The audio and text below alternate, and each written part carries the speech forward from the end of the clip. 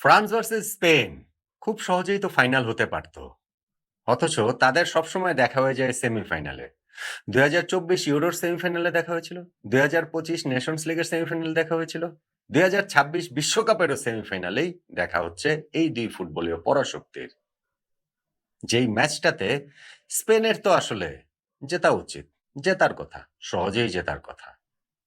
মানে আপনি যদি হচ্ছে গিয়ে ইতিহাসের দিকে তাকান, গত ২ টা যে টুর্নামেন্টের কথা বললাম, ইউরো এবং নেশনস লিগ, সেই ২ টাতেই স্পেন জিতেছে। যদি আপনি ফ্রান্স-স্পেন সর্বশেষ ১০ টা ম্যাচের হেড টু হেড দেখেন, সেইখানে স্পেন ৭ টা ম্যাচ জিতেছে, ১ টা ড্র হয়েছে, ফ্রান্স মাত্র ২ টা জিতেছে। ফলে স্পেনের তো সহজেই আজকে জিতে যাওয়ার কথা। ফাইনালে উঠে যাওয়ার কথা। ২০১০ সালে যে বিশ্বকাপ তারা জিতেছিল, সেই বিশ্বকাপটা আরো একবার সেকেন্ড ওয়ার্ল্ড কাপ শিরোপা জয়ের লাস্ট ধাপটাতে স্পেনের পৌঁছে যাওয়ার কথা। কিন্তু প্রবলেম হচ্ছে এই ইতিহাস দিয়ে মাঠের ফুটবল হয় না। মাঠের ফুটবলে এইবারের বিশ্বকাপে ২ দলের যে খেলা, তাতে যে খুব আলাদা করা যাচ্ছে দল দুটোকে তা না। কিন্তু তুল্যমূল্য বিচারে ফ্রান্সই এগিয়ে থাকবে স্পেনের চেয়ে। আমি ইনফেক্ট একটা ওই প্রেডিকশন ভিডিও করেছি। আমার ফেভারিট র‍্যাঙ্কিং যেটা করেছি, যেইটা আবার আমার খুব ফেভারিট আলোচনা। সেইখানটাতেও কিন্তু আমি ফ্রান্সকে ১ নম্বরে রেখেছি, স্পেনকে ২ নম্বরে রেখেছি। এখন এই ২ টা দলের একটা দল তো সিউরলি সেমিফাইনাল থেকে বাদ হয়ে যাবে। কিন্তু এই ২ টা দল এখন পর্যন্ত টুর্নামেন্টের বিবেচনা আমার মনে হচ্ছে যে যারাই ফাইনালে উঠবে তারাই আসলে বিশ্বকাপ জিতবে। ফলে সেই মুখোমুখি লড়াইটাতে এই সেমিফাইনালটায় ফ্রান্সের জয়ের সম্ভাবনাটা আমি যেহেতু একটু বেশি দেখছি, সেই কারণে ফ্রান্সকে ১ নম্বরে রেখেছি, কিন্তু স্পেনকেও ২ নম্বরেই রেখেছি। আর্জেন্টিনা, ইংল্যান্ড আরেকটা সেমিফাইনালের যে মুখোমুখি আছে, ওইখান থেকে তো একটা দল সিউরলি ফাইনালে খেলবে এবং ওই ২ টা দল অবশ্যই বিশ্বকাপ জিততে পারে। কিন্তু সেমিফাইনালের আগের হিসাব নিকাশে এই ফ্রান্স ভার্সেস স্পেন এই ম্যাচটা আসলে সত্যিকার অর্থেই ফাইনালের আগের ফাইনালের একটা ভাইব দিচ্ছে। স্পেনের কোচ দে লা ফুয়েন্তে কিন্তু এক্সাক্টলি এই কথাটাই বলেছেন যে ফাইনালের আগের ফাইনাল এই ম্যাচটা। সেইটা আর্জেন্টিনা, ইংল্যান্ডের কোচ, প্লেয়ার বা তারাও তাদের পয়েন্ট অফ ভিউ থেকে সেইভাবে আসলে বলতেই পারে। পয়েন্ট হচ্ছে গিয়ে এই যে ম্যাচটা হচ্ছে সেইখানটাতে আসলে ডিফারেন্সটা মেক করে দিবে কি, কোন জায়গাটাতে লড়াই হবে। লড়াইটা হবে ফ্রান্সের অ্যাটাকের সঙ্গে স্পেনের ডিফেন্স, এবং এইটা এত চর্চিত হচ্ছে, একটু অবাক করার মতো। মানে মনে হচ্ছে যে ব্রাজিল ভার্সেস ইতালি খেলা হচ্ছে, যে অ্যাটাকিং ফুটবলের সঙ্গে ডিফেন্সিভ ফুটবল, বা ফ্রান্স ভার্সেস ইতালিও বলতে পারেন। ফ্রান্সও তো অ্যাটাকিং ফুটবলের জন্য তাদের খ্যাতি রয়েছে। কিন্তু স্পেন ডিফেন্সিভ ফুটবল, তাদের ডিফেন্স এত ভালো, সেইটাই বিশ্বকাপের চর্চায় ফ্রান্সের অ্যাটাকের সঙ্গে সেই তুলনায় আসছে, চলে আসছে। মানে কি যে এইটা সাম্প্রতিক সময় শুধু না, একেবারে ইতিহাস ধরে আসলে টান দিয়ে দিয়েছে। কেন আসলে এরকম ঘটনাটা ঘটছে এবং আল্টিমেটলি কি সত্যি সেইটা ডিসাইড করে দেবে কিনা? দেখেন, গত বছরের জুন মাসেই যেই নেশনস লিগের সেমিফাইনালে মুখোমুখি হয়েছিল ফ্রান্স-স্পেন, যেখানে ফ্রান্স ৫-৪ গোলে হেরে গিয়েছিল স্পেনের কাছে। সেই ম্যাচের রেজাল্টটা কিন্তু একটু মিসলিডিং। ওইটা কিন্তু জাস্ট শুধু যদি আপনি রেজাল্টটা দেখেন, তাহলে আপনার কাছে মনে হবে যে মানে খুবই একেবারে টায়ে, টায়ে লড়াই হয়েছে, বাঘে সিংহে লড়াই হয়েছে। হ্যাঁ, অবশ্যই লড়াই তো জমজমাট হয়েছে। ৯ গোলের ম্যাচ, থ্রিলার তো বটেই, ৫-৪ গোলে স্পেন জিতেছে। কিন্তু ম্যাচটাই স্পেন আসলে একতরফাই জিতে নিয়েছিল। তারা শুরুতে ৪-০ গোলে এগিয়ে গেছে। ফ্রান্স একটা গোল শোধ দিয়ে যেন ৪-১ করেছে। তারপরে তারা আরো একটা গোল দিয়ে ৫-১ করে নিয়েছে। শেষ দিক দিয়ে গিয়ে ফ্রান্স ৩ টা গোল শোধ করেছে। যে ৭৯ মিনিট থেকে আর্জেন্টিনা যেমন মিশরের বিপক্ষে ৩ গোল দিয়ে ম্যাচ জিতে গেল, ওই ৭৯ মিনিট থেকে ফ্রান্স শেষে ৩ গোল দিয়ে ব্যবধানটা কমিয়ে এনেছে। সেটা ৫-৪ এ নিয়ে গেছে। কিন্তু স্পেন ওই পুরো ম্যাচটাই ডমিনেট করেছে এবং লামিন ইয়ামাল ছিলেন ডেভাস্টেটিং, আনস্টপেবল। ফলে ওইটা একটু মিসলিডিং, যে না, ম্যাচটা যেরকম হয়েছে মনে হচ্ছে তা না। স্পেন ওই ম্যাচটা খুবই ডমিনেট করে খেলেছে। তার আগে ইউরোর সেমিফাইনালের ম্যাচটা অবশ্য ঐরকম একতরফা হয়নি, যেইখানটাতে ২-১ গোলে স্পেন জিতেছিল।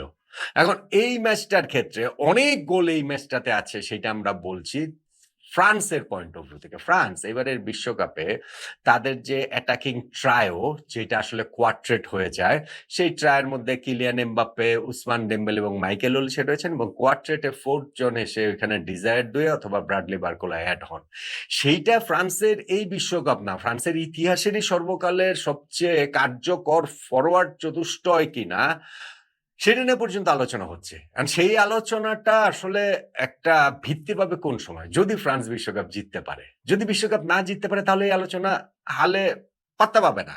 বিশ্বকাপ জিতলে এই কোয়ার্টেট বা এই ট্রায়ো, অ্যাটাকিং ট্রায়ো বিশ্বকাপের ইতিহাসে শুধু ফ্রান্স না, সব দলের মধ্যেই সেরাদের তালিকায় কোথায় থাকবে সে আলোচনা হতে পারে। কিন্তু সেই বিশ্বকাপ না জিতলে আলোচনাটা হবে না। এই তারা এখন পর্যন্ত যেমন ধরেন কিলিয়ান এমবাপ্পে ওয়ার্ল্ড কাপ এলেই তো তিনি বিস্ট হয়ে ওঠেন। এমনিতেও তাই। মানে ক্লাব ফুটবলে যে পারেন না বিষয়টা তা না। এই রিয়াল মাদ্রিদের এই সিজনটা নাকি এত খারাপ গিয়েছে তারপরেও ৪২ ম্যাচে ৪৪ গোল। সেই কিলিয়ান এমবাপ্পে ওয়ার্ল্ড কাপে ৮ গোল করেছেন, ৩ টে অ্যাসিস্ট করেছেন। উসমান ডেম্বেলের ৫ গোল হয়ে গেছে। মাইকেল ওলিসে কোনো গোল পান নাই। কিন্তু এই ফ্রান্স টিমের কন্ডাক্টর, অর্কেস্ট্রার কন্ডাক্টর থাকে না? সেটাই মাইকেল ওলিসে। তিনি ৫ টা অ্যাসিস্ট করেছেন এবং সর্বকালের সর্বোচ্চ অ্যাসিস্ট যে পেলের ৬ টা ৭০ বিশ্বকাপে সেইটা থেকে এক ধাপ দূরে রয়েছেন। ৫ টা অ্যাসিস্ট ওয়ার্ল্ড কাপে সেই ১৯৯৬ সালে জার্মানির টমাস হ্যাসলারের পর ১ম কারো কাছ থেকে আমরা দেখতে পেলাম। ফলে তার সামনেও সুযোগ রয়েছে। মানে এই অ্যাসিস্টের রেকর্ডটা বলছি। এখন পর্যন্ত কোনো গোল পান নাই মাইকেল ওলিসে। সেটা একটা সারপ্রাইজিং ব্যাপার। কে জানে আজকের জন্যই আসলে জমিয়ে রেখেছেন কিনা। সঙ্গে ব্রাডলি বার্কোলা অথবা ডিজায়ার ডুয়ে যাকেই খেলান না কেন, কোচ দিদিয়ার দেশম তারা কিন্তু সেইটা হচ্ছে গিয়ে কোচকে ওই গোল বলেন, অ্যাসিস্ট বলেন, অ্যাটাকিং প্লে বলেন সব জায়গাটাতেই ওই স্বস্তির জায়গাটা এনে দিচ্ছেন। ফ্রান্স এই বিশ্বকাপে এখন পর্যন্ত যে ৬ টা ম্যাচ খেলেছে প্রতি ম্যাচে 7.8 টা শট তাদের অন টার্গেট। ৪৭ টা শট অন টার্গেট তাদের এই পুরো ওয়ার্ল্ড কাপে। অলমোস্ট প্রতি ম্যাচে ৮ টা করে শটস অন টার্গেট তাদের হচ্ছে। ফলে বুঝতে পারছেন যে তারা কিরকম অ্যাটাকিং থ্রেট ফ্রান্সের রয়েছে। অন দ্য আদার হ্যান্ড স্পেনের এই ৬ ম্যাচ মিলে তাদের শটস অন টার্গেট মাত্র ৭ টা। মানে তারা ফেস করেছে মাত্র ৭ টা, তারা রিসিভ করেছে মাত্র ৭ টা শটস অন টার্গেট এই ৬ ম্যাচ মিলে। এটা অ্যামেজিং একটা রেকর্ড। ১৯৬৬ সাল থেকে যে বিশ্বকাপের হিসাব-নিকাশ রাখা শুরু হয়েছে, তারপর থেকে শুরু করে ওয়ার্ল্ড কাপের ৬ ম্যাচে কোন দলের শটস অন টার্গেট ফেস করা এত কম 1.17 পার ম্যাচ এটা আসলে হয় নাই। এটা হওয়ার কোনো কারণও নাই। স্পেন এই জায়গাটাতে একটা অ্যামেজিং জব করেছে। দেখেন স্পেনের সঙ্গে এই ঠিক ডিফেন্সিভ সলিডিটি এই ব্যাপারটা ওরকম যায় না। কিন্তু আপনি যদি মনে করে দেখেন যে ২০১০ সালে স্পেন যে বিশ্বকাপ জিতেছিল, সেই বিশ্বকাপে কিন্তু ৭ ম্যাচ খেলে স্পেন মাত্র ৮ গোল দিয়েছিল। তাও তারা বিশ্বকাপ কেন জিতেছিল? কারণ তারা মাত্র ২ গোল হজম করেছিল। ৭ ম্যাচে ৮ গোল দিয়েছিল, মাত্র ২ গোল হজম করেছিল। এখন যে তারা ৬ ম্যাচে মাত্র ১ টা গোল হজম করেছে, সেইটাও প্রথম ৫ ম্যাচ ক্লিন শিট রাখার পর কোয়ার্টার ফাইনালে এসে বেলজিয়ামের কাছে ফাইনালি গিয়ে উনাই সিমন বিট হয়েছেন।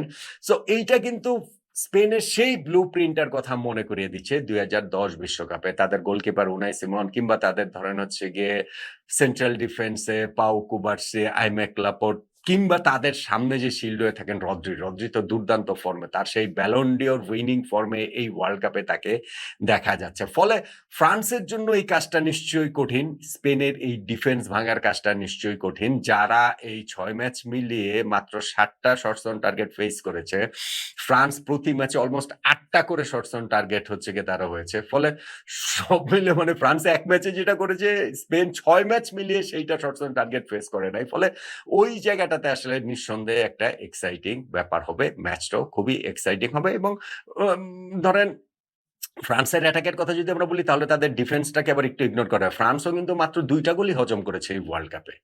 ফ্রান্সকেও এই ওয়ার্ল্ড কাপে ধরেন নকআউট পর্বে আমার আরো বেশি যেটা করে চোখে লাগে সেটা হচ্ছে গিয়ে ফ্রান্সের যখন যেটা প্রয়োজন তারা তখন সেই খেলাটা খেলতে পারে।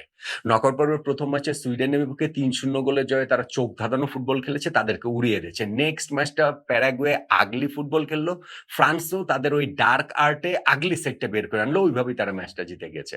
মরক্কোর বিপক্ষে কোয়ার্টার ফাইনাল ম্যাচটাতে তারা কিলিয়ান এমবাপ্পের পেনাল্টি মিস করা সত্ত্বেও কোনো সময় মনে হয়নি যে ম্যাচের কন্ট্রোল তাদের কাছে নেই। মনে হচ্ছিল যে ইটস ম্যাটার অফ টাইম যে ঠিক আছে তারা গোল পেয়ে যাবে, তারা জিতে যাবে এবং এক্সাক্টলি শেষ পর্যন্ত গিয়ে সেটাই হয়েছে। ফলে স্পেনের বিপক্ষে এই ম্যাচটা আসলে শুরুতে গোল পড়ে। স্পেনও কিন্তু ১১ টা গোল করেছে। স্পেনও যে গোল কম করেছে তা না। কিন্তু স্পেনের ক্ষেত্রে ওইটা ফ্রান্সের মতো বলা যাবে না। কেননা ধরেন লাস্ট ২ টা ম্যাচেই তাদের উতরাতে হয়েছে পর্তুগাল এবং বেলজিয়ামের মতো এলিট ইউরোপিয়ান পাওয়ার হাউস ঠিক আছে। কিন্তু সেক্ষেত্রে মিকেল মরিনো তিনি বেঞ্চ থেকে এসে গোল দিয়ে লাস্ট মোমেন্টে তাদেরকে ত্রাতা হয়ে উঠেছেন। ফলে স্পেনের কিন্তু আসলে ঐরকম জায়গাটা নাই। হ্যাঁ, এইখানে স্পেনের একটা যে সংকটের জায়গা সেটা হচ্ছে লামিন ইয়ামালকে এখনো লামিন ইয়ামালের মতো দেখা যাচ্ছে না। ঐরকম বিস্ফোরক শ্রেষ্ঠত্বে দেখা যাচ্ছে না। ওই যে তার পেস, ওই যে তার কাট করে ইনসাইডে ঢুকে পড়া, ওই যে তার ট্রিকারি, ওই যে ডিফেন্সকে নাচানো, ওই যে গোল করানো ওই লামিন ইয়ামাল ইনজুরি ঝেড়ে ফেলে এখনো পুরোপুরি আমরা দেখতে পাইনি। কে জানে আজকের ম্যাচের জন্য হয়তো জমিয়ে রেখেছেন। কে জানে নিকো উইলিয়ামস অন্য সাইড থেকে নেই বলেই হয়তোবা তার ঠিক তাল, লয়, ছন্দটা ঠিক মিলছে না। নিকো উইলিয়ামস তাকে এখন খেলার মতো ফিট। কোচ দে লা ফুয়েন্তে তাকে ফার্স্ট 11 এ খেলান কিনা?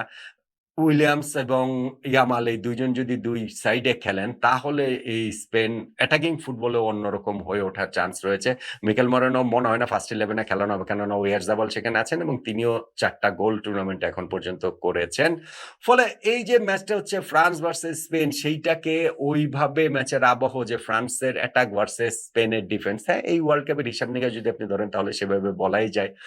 আপনি যদি ধরেন যে এই সাম্প্রতিক সময়ের যে হিস্ট্রি গত ২ টা ম্যাচে ফ্রান্সের জয়, গত স্পেনের জয়, গত ১০ টা ম্যাচের মধ্যে ৭ টাতে স্পেনের জয়, তাতে ফ্রান্সকে আপনি হয়তোবা স্পেনকে আপনি হয়তোবা একটুখানি এগিয়ে রাখবেন। কিন্তু আমার কাছে আমি বারবার ফ্রান্স বলে ফেলছি। কারণ আমার কাছে মনে হচ্ছে যে এই টুর্নামেন্টের বিবেচনাতে আসলে ফ্রান্স স্পেনের চেয়ে আসলে এগিয়ে এবং সত্যিকার অর্থেই এটা ফাইনালের আগের ফাইনাল এবং আমার কাছে মনে হচ্ছে বা আমার যে প্রেডিকশন সেটা হচ্ছে স্পেন তুমুল লড়াই দিবে এবং সেইখানটাতে শেষ পর্যন্ত গিয়ে ফ্রান্স বিজয়ী হবে। হাই স্কোরিং ম্যাচ, অনেক গোলের ম্যাচ। ২ দলের লাস্ট মুখোমুখিতে যেমন ৯ গোল হয়েছে ঐরকম ম্যাচ। আমার মনে হয় না যে ওরকম হাই স্কোরিং থ্রিলার এটা হবে। টাইট ম্যাচ হবে কিন্তু সেই টাইট ম্যাচে কোনো একটা ম্যাজিক, কোনো একটা ভুল কারো, কোনো একটা ডিসিশন রেফারিং সবকিছু মিলিয়ে ম্যাচের রেজাল্টটা কোনো এক পক্ষে চলে যাবে এবং যেই দলটাই জিতবে তারা ওইটা ফিল করবে যে বিশ্বকাপটা তাদের আসলে কোট আনকোট অধিকার। এই ম্যাচ যদি জিততে পারে তাহলে বিশ্বকাপের সঙ্গে একেবারে স্পর্শের দূরত্বে চলে আসবে এবং আমার সেই প্রেডিকশনের জায়গাটা হচ্ছে ফ্রান্স এই ম্যাচে স্পেনকে হারিয়ে ফাইনালে উঠবে। আপনার প্রেডিকশন কি? জানাতে পারেন।